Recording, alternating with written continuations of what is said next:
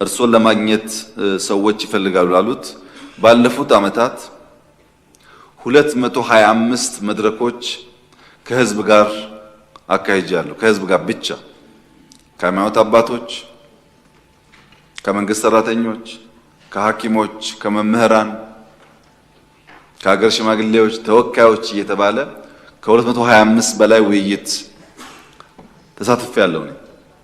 ፓርቲያችን በየደረጃው ከ4000 በላይ መድረኮች ፈጥሯል። 4000 በወረዳ፣ በዞን፣ በከተሞች በተለያየ ደረጃ የኢንክሉሲቭ ናሽናል ዲያሎግ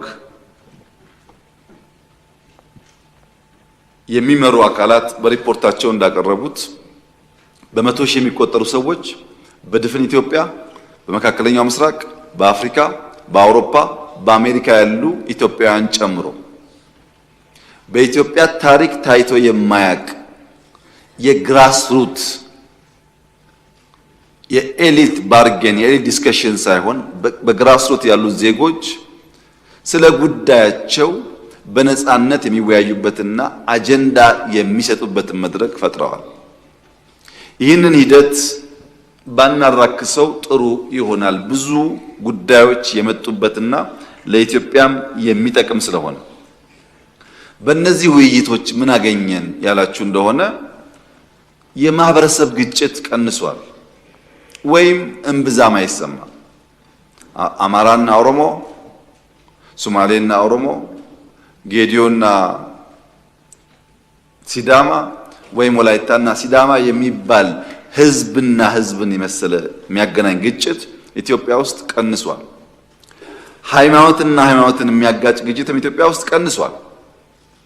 ኢትዮጵያ ውስጥ ያለው ምንድነው ያላችሁ እንደሆነ አሁን ብሔርን ከብሔር ሃይማኖትን ከሃይማኖት የሚያጋጩ ኃይሎች እነዛ ብሔሮች አለጋጭ ሲሏቸው እነሱ እየመጡ እየገጯቸው ነው። አሁን ያለው አጋጭ የነበረው ገጭ መሆኑ ነው እንጂ እርስ በርስ ያለ ጉዳይ እምብዛም አይታይ ወይም በእጅጉ ቀንሷል። ይሄ ትልቅ እርምጃ ነው። ይበልጥ ስንወያይ፣ ህግ ስናበጅ፣ ጥያቄዎች በአግባብ አድምጠን ስንመልስ በዜጎች መካከል በህዝቦች መካከል የሚፈጠሩ ጉዳዮች ይበልጡኑ እየቀነሱ እየሰከኑ የመሄድ እድል እንዳላቸው ያመላክታል። ያም ሆኖ ግን ያልተፈቱ ኢንሲደንቶች እዚህም እዚያም አሉ። እንደተባለው አንዳንድ ኃይሎች በተለያየ ክልል መሽገው ሸፍተው አልፎ አልፎ ግጭት ይፈጥራሉ።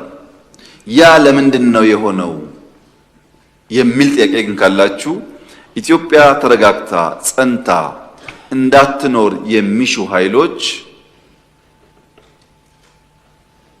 ገንዘባቸውን ጊዜያቸውን አጥፍተው ባንዳ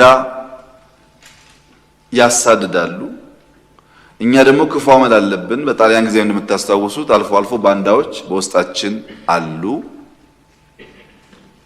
እነዚህ ባንዳ ፈላጊና ባንዳዎች ሲገናኙ በየቦታው ጥርት ባለ ዓላማ ፍላጎት የተሰናሰለ ጉዳይ ሳይሆን ግጭት ይፈጥራሉ። አልፎ አልፎ የተቃዋሚ ፓርቲ ወይም ግለሰቦች ሲወያዩ ከሰማችሁ የኔና ያንተ ጉዳይ አሁን ይቆይ፣ በኋላ እንደርስበታለን፣ አሁን ዋናው ጉዳይ ይሄንን መንግስት መጣል ነው፣ ይሄንን መንግስት ከጣልን በኋላ እንዴት ያለ መንግስት እንዴት ያለ ስርዓት የሚለው እንወያያለን ይላሉ። ስልጣን ይዘው ሊወያዩብን ማለት ነው። ዲፍረንሱ ምንድነው? ከኛ ጋር እኛ ዝግጅታችንን ጨርሰን ምን አይነት መንግስት ምን አይነት ፓርቲ ምን አይነት እሳቤ ለኢትዮጵያ እንደሚበጅ ተዘጋጅተን ስንመጣ እኛን የሚቃረኑ ደግሞ ከመጡ በኋላ ሊዘጋጁብን ይፈልጋሉ። ይሄ ለየቅል ነው ጉዞ። ለዚህ ነው ባጠረ ጊዜ ውስጥ በጣም ከፍተኛ ውጤቶች ኢትዮጵያ ውስጥ ማየት የቻልነው። ለዚህ መፍትሄው አንድ ህዝባችንን በቀጣይነት ማወያየት፣ የጸጥታ ተቋማት ማጠናከር። ከፍተኛ ለውጥ ነው ያለው። ሎ ኢንፎርስመንት ኤጀንሲስ መገመት ከሚቻል በላይ በቁጥር በብቃት በቴክኖሎጂ እያደጉ መጥተዋል። ኢትዮጵያን ከማንኛውም ጥቃት ለመከላከል የሚያስችል ቁመና እየፈጠሩ ይገኛሉ። ነገር ግን የሽፍቶች ባህሪ የኮንቬንሽናል ጦርነት ባህሪ ስላልሆነ ህዝባችን ከሎ ኢንፎርስመንት ኤጀንሲስ ጋር በትብብር ሆኖ እነዚህን ኃይሎች የመቆጣጠር ስራ መስራት ይጠበቅበታል። ይህን ጉዳይ በተለያየ አፍሪካ ሀገራት ማየት ትችላላችሁ። በሃይማኖት ወይም በብሔር ስም የሚታገሉ ኃይሎች ለረጅም ዓመታት እንዴት እንደሚቆዩ ለምሳሌ ቦኮ ሃራምን ብትወስዱ ብዙ መንግስታት ናይጄሪያ ሲቀያየሩ ቦኮ ሃራም አለ። በቅርቡ እንኳን የናይጄሪያ መንግስት 13000 የሚጠጉ የቦኮ ሃራም አባላት ላይ እርምጃ ወስጃለሁ ሪፖርት አቅርቧል። በየጊዜው ሪፖርት ይቀርባል። በየጊዜው ግን እንደዚህ አይነት ኃይል ይኖራል። ባህሪው ነው። በኮንቬንሽናል ጦርነት የምናየውን ባህሪ ከሽፍቶች ጋር በምናደርገው ጦርነት ላናየው እንችላለን። ያም ሆኖ ግን ይበልጥ መዳከም፣ ይበልጥ መጥፋት፣ የህዝብና የመንግስት ትስስርና አቅም እያደገ ሲሄድ እየቀነሰ እንደሚሄድ ደግሞ ጥርጥር የለውም። የኢትዮጵያ ሰላም አንጻራዊ በሆነ መንገድ ተሻሽሏል። ብዙ ሰልፎች፣ የሃይማኖት በዓላት እንዳልኳችሁ ከ50,000 በላይ የምርጫ ጣቢያዎች እና ትላልቅ ኩነቶች ሲካሄዱ እንብዛም የሚታይ ችግር የለም። የሚያጋጥመንን አልፎ አልፎ ያለውን ግጭትና በአንዳንድ ክልሎች ያለውን ግጭት ደግሞ ቅድም አንዳንድ የምክር ቤት አባላት እንዳነሳችሁት ይበልጥ በመወያየት በመነጋገር በመመካከር በመቀራረብ ለመፍታት በእኛ በኩል ጥረት ይደረጋል። እናንተም ድጋፍ እንደምታደርጉ ተስፋ አደርጋለሁ። በጥያቄዎቻችሁ ላይ ግን እውነተኛ ምክክር፣ እውነተኛ ውይይት፣ እውነተኛ ግብዣ ላላችሁት በተደጋጋሚ እዚህ ምክር ቤት ለመጋበዝ ሞክሬያለሁ።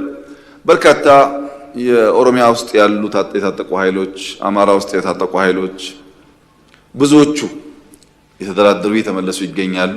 የቀሩ ወንድሞቻችንም በዚያ መንገድ እንዲመለሱ ነው የምንፈልገው። በእኛ በኩል ያለው ፍላጎት እሱ ነው። ለምን? ስለማያዋጣ ወደ ድል ስለማይወስድ ተነጋግረን በጋራ ሀገር ማነጽ መገንባት ይሻላል የሚል እምነት ነው ያለን። ይህንን ማጠናክረን እንቀጥላለን።